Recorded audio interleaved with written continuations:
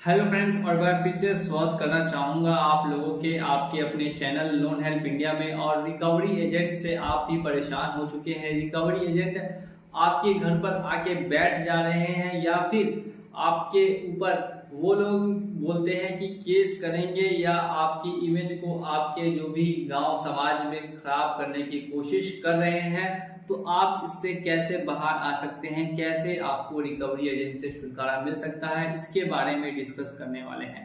इसी के साथ साथ अगर चैनल पे नए हैं तो जल्द से जल्द जाके चैनल को सब्सक्राइब करके बेल आइकन को प्रेस कर दीजिए।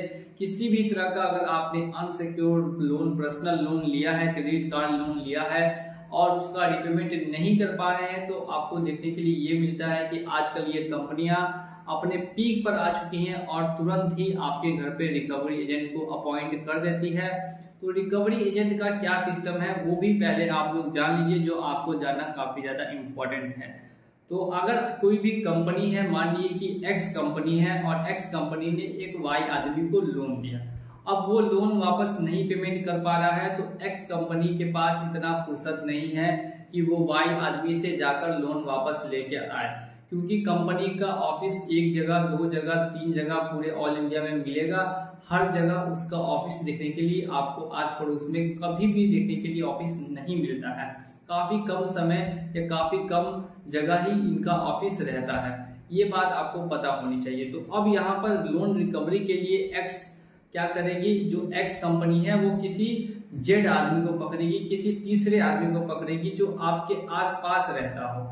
अब उस आदमी को उसने देना है कमीशन 10%, 5% पे ठेका दे देना है, कॉन्ट्रैक्ट दे देना है कि जितना भी भैया जी रिकवरी करके लाओगे उसमें से 10% पैसा मैं आपको दे दूंगा। ऐसा वहां पर एक कॉन्ट्रैक्ट वो लोग को बन जाता है और वहां पर ऐसा कहा जाता है कि जितना भी वो रिकवरी एजेंट पैसा रिकवर करके लाता है उसका 5 या 10% इस रिकवरी एजेंट को मिलेगा। तो ये रिकवरी एजेंट अब आपके घर आएगा। क्यों आएगा? तो इसको चाहिए 50,000 रुपए में से 5,000 रुपए इसका कमीशन। तो 5,000 रुपए कमीशन कमाने के लिए ये आपके घर पर आएगा और आपसे लोन लेने के लिए जबरदस्ती करेगा, जो कि गैर कानूनी है और साथ ही साथ में इलीगल है। आपके साथ गाली गलौज भी कर सकता है, आपको धमकी दे सकता है पुलिस केस करने की। और काफी एजेंट तो आजकल ऐसे हैं जो बोलते हैं कि मैं पुलिस को ही लेकर आ रहा हूं, तो आप उनको सीधे बोल दीजिए कि आप पुलिस को ही लेकर आइएगा, वरना मेरे घर आप नहीं आइएगा। अब यहाँ पर रिकवरी एजेंट भी ये जानता है कि अगर इसको पैसा कमाना है तो सामने वाले की इमेज को खराब करना होगा, तभी इसको वापस इसका पैसा मिल सकता है या फिर ये पैसा कमा सकता है। तो ये पैसा कमाने के लिए क्या करेगा, तो आपकी इमेज को खराब करने की कोशिश करेगा। लेकिन ऐसे केस में आपके पास हाथ पे हाथ रख के नहीं बैठना है। आपको सिंपली पहले तो इस रिकवरी एजेंट को समझा देना है कि भैया जी मेरे पास अभी कोई भी पैसा नहीं है, आप 6 महीने बाद या 1 साल बाद आइएगा तो मैं आपका लोन का सेटलमेंट कर दूंगा। अब ये तुरंत बोलेगा कि मेरे सामने सेटलमेंट करो, तो आप उसको तुरंत जवाब दीजिएगा कि सेटलमेंट ऑफर तो लेकर आओ, सेटलमेंट लेटर तो लेकर आओ, उसके बाद सेटलमेंट होगा। या फिर ये आपको कहेगा कि पुलिस केस कर देंगे या लीगल केस, लीगल नोटिस होगा। तो आप इसको सीधे सीधे समझा दीजिए कि भैया जी जाइए, लीगल नोटिस और लीगल केस जो करना है आप कीजिए, आप बिल्कुल ही फ्री हैं। अभी कोई पैसा नहीं मिल सकता है, जब पैसा होगा तो धीरे धीरे करके रिपेमेंट कर दिया जाएगा या वन टाइम सेटलमेंट करके लोन को क्लोज कर दिया जाएगा। ये बात अगर रिकवरी एजेंट के भेजे में घुस जाती है तो ठीक है, अगर नहीं घुसती है तो फिर ध्यान से सुनिए जो मैं आपको बता रहा हूँ। क्योंकि रिसेंटली ही मुझे पता चला है कि जब रिकवरी एजेंट के ऊपर कोई केस होता है तो फिर वहां पे कंपनी अपना पलड़ा झाड़ लेती है। वो कंपनी साफ मना कर देती है कि मैंने भैया जी किसी भी रिकवरी एजेंट को अपॉइंट नहीं किया था। ऐसा क्यों करती है? क्योंकि कंपनी को बहुत बड़ा कंपेंसेशन पे करना पड़ सकता है अगर नाम कंपनी के ऊपर आता है तो। इसीलिए ये छोटा मोटा जो आदमी है 5,000 रुपए कमाने गया था, ये बीच में फंस जाता है। इसने तो कॉन्ट्रैक्ट लिया था कि पैसा वापस लाएगा, लेकिन ये कॉन्ट्रैक्ट अपना नहीं कर पाया क्लियर, तो अब कंपनी इसका साथ छोड़ देगी और इसको अकेले छोड़ देगी।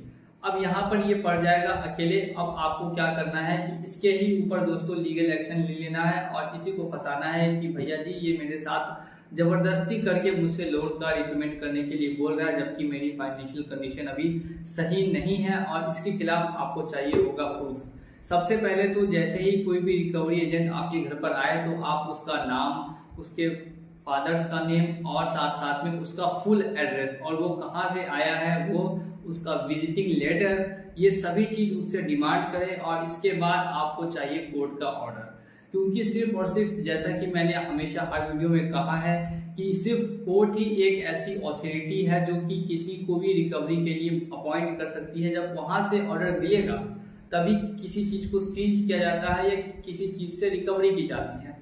बिना कोर्ट के ऑर्डर के कुछ भी दोस्तों कोई भी स्टेप लेना किसी भी तीसरे आदमी के लिए इलीगल माना जाता है, भले ही फिर उस केस में आपने लोन भी क्यों ना लिया हो। अब यहाँ पर ऐसी बात है, तो अगर ये आदमी आपसे जबरदस्ती करता है तो आप इसका एक वीडियो रिकॉर्ड कर लीजिए, छोटा सा वीडियो रिकॉर्ड कर लीजिए जिसमें कि पता चले कि ये सामने वाला आदमी गिल्टी है।